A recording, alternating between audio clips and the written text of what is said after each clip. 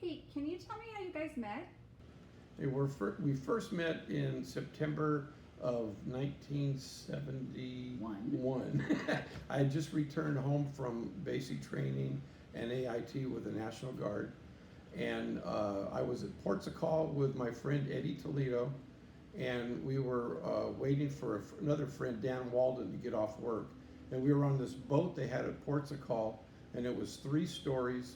The 2 bottom stories were arcades, and the top story was a restaurant. And Dan worked at the restaurant, and we were having a party at our clubhouse that night. And I was in a club called the Chessman in San Pedro. It was a car club.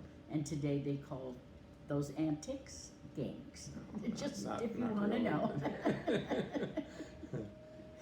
Okay, so anyway, we were standing up there on the 3rd level, and we saw Laura and her sister and Anna Bengazino and Colleen, I don't remember her last name. Ooh, And they were walking around, and we said something to them, and they said, "Hey, we're looking for our friend Jack Williams. Have you seen him?" And we said, "Oh yeah, he's up here." Come on up. Come on. They said. Not. Nah, he does. I didn't even know who Jack Williams was. And so then we just started talking to him, and then they said, "Okay, well, we have to go. We're looking for Jack."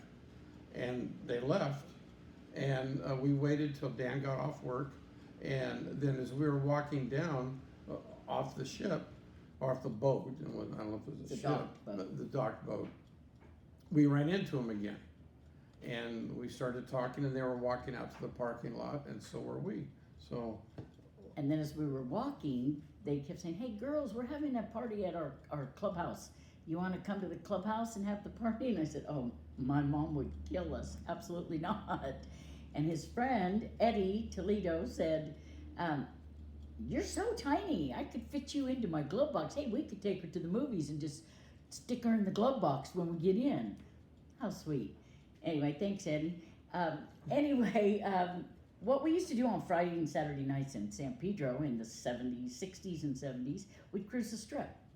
And that was the big enjoyment. Either that or go to the Pike here in Long Beach.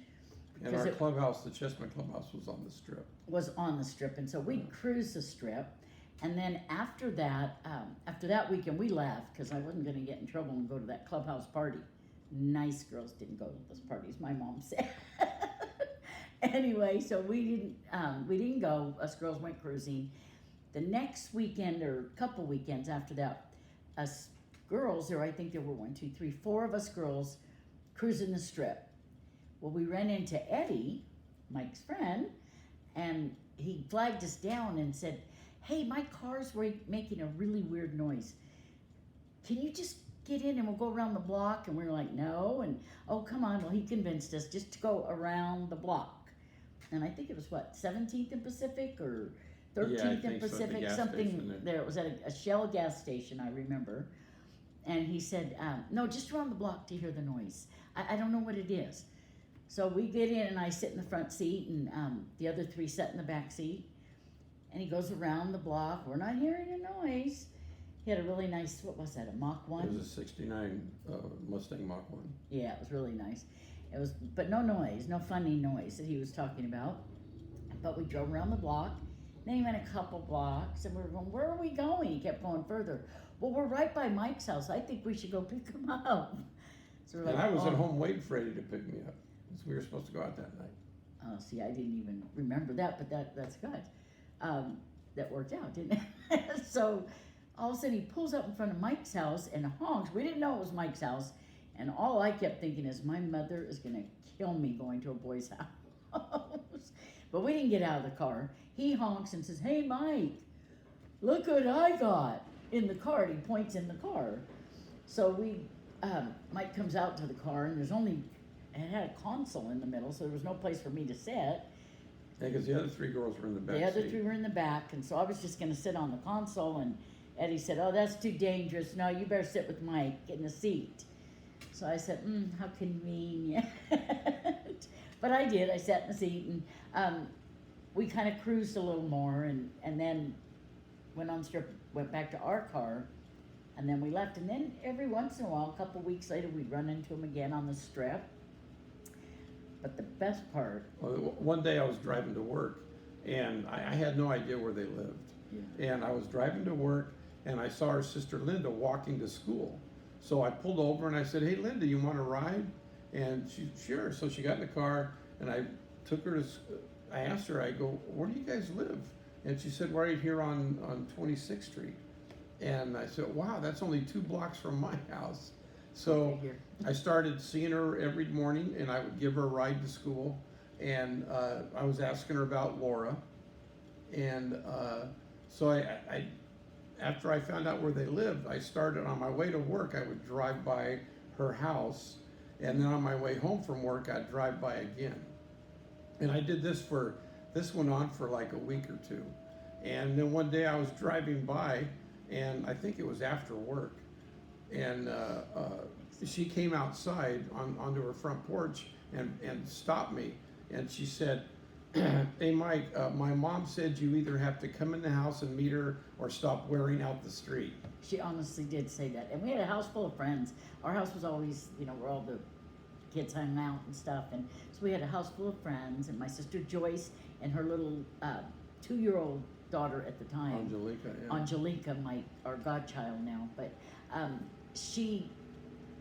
they were there visiting, and he came walking in.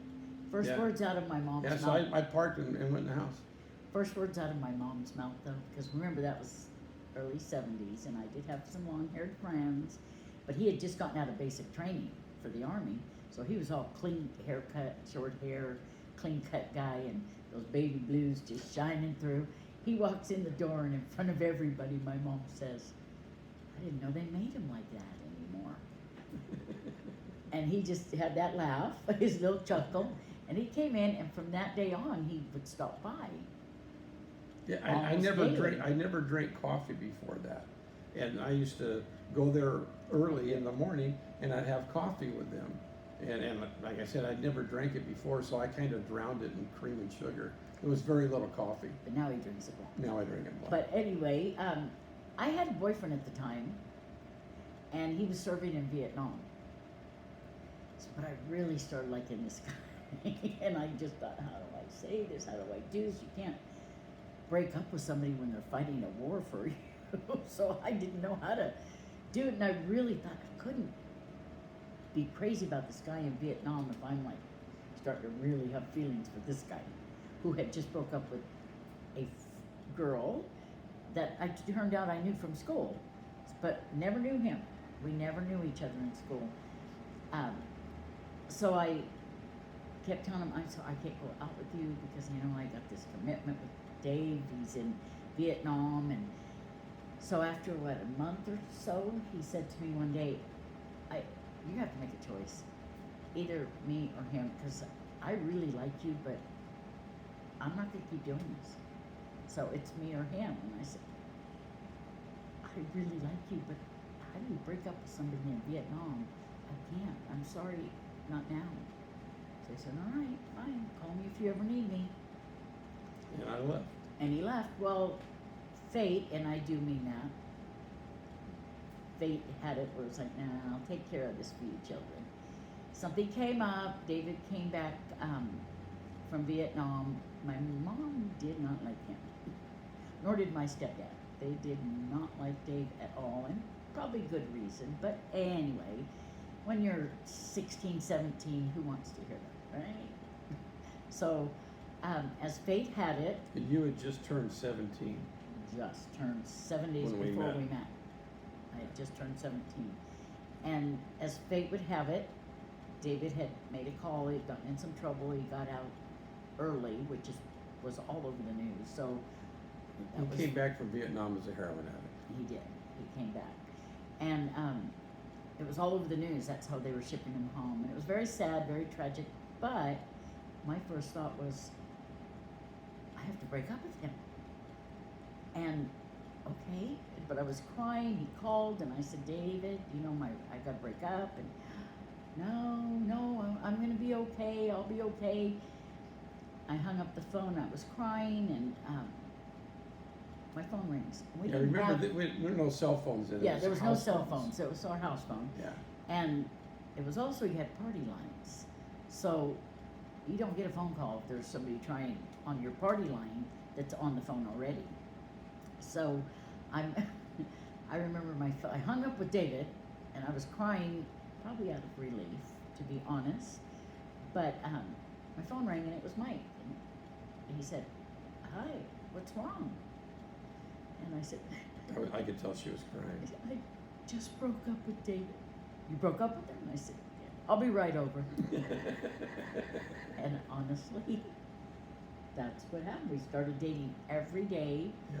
We saw each other every day from that day on, and that was probably October, November, right? November. Yeah. Then- No, it wasn't that late, I don't think. Well, we met September 17th, so I'm November, thinking. yeah, maybe, yeah. And then, in December, is that when it In was? December, I asked you to marry me. Well, I asked your mother for permission. And your stepdad, I asked him for permission. They were more than happy. They were so And they gave me ecstatic. permission, and I asked you to marry me. And in February, we had our engagement party. My family threw an engagement party for us at our home. And we got married in September.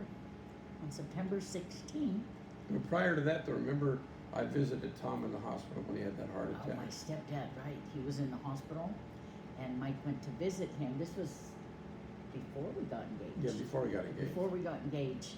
Yeah. And when he left, my stepdad told my mom, "You tell her to keep him. She better behave herself and stick with him." Dave was bad news. This guy's a good one. He's a keeper. So here we are. There we are. So we got married on September 16th, 1972. And that's it. And here we are 50 Yes. years later.